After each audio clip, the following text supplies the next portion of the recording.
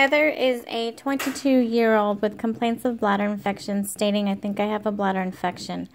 Heather first noticed the symptoms while playing volleyball in the sun in August. She reported a burning when urinating 3 days ago as soon as the urine flow began. She stated that she had a bladder infection 2 years ago and it felt kind of like this. She has not noted any urinary urgency, but did state she has a huge bladder. She admits to not drinking enough fluids while playing sports, which may be a contributing factor to a bladder infection.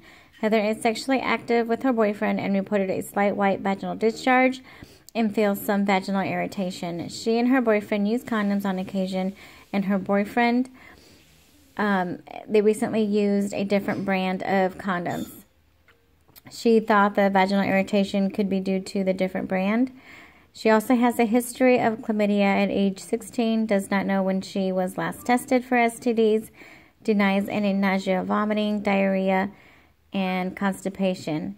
She is currently only taking oral contraceptives with missed occasional doses. She does not report any recent antibiotic use.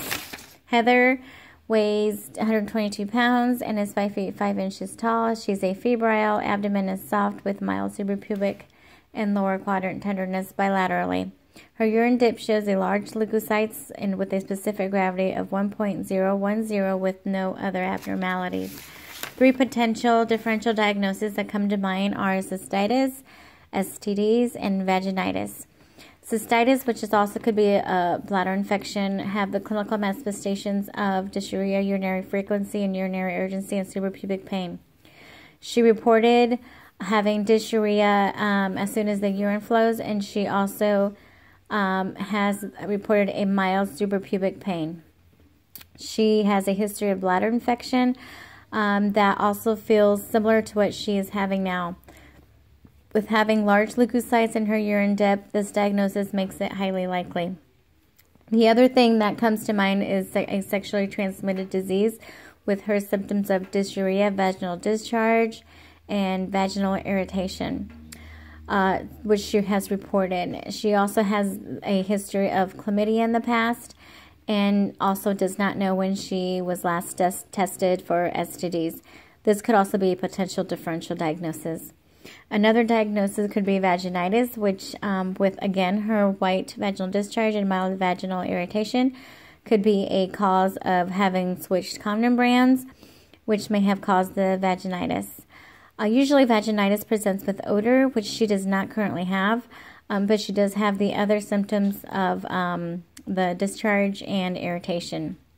One of the things that I would be asking the preceptor was, these 3 differential diagnoses have the similar clinical manifestations, and which would be the route to go when you are discussing type of history and what she presents with clinical symptoms.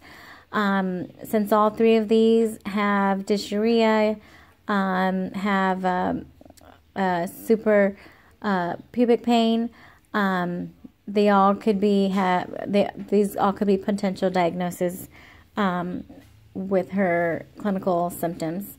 So that would be one thing that I would be asking the preceptor is, how do you differentiate between these 3 diagnoses with having similar symptoms and all these 3 diagnoses having the potential to be a differential diagnosis, and where would you go from here? Thank you.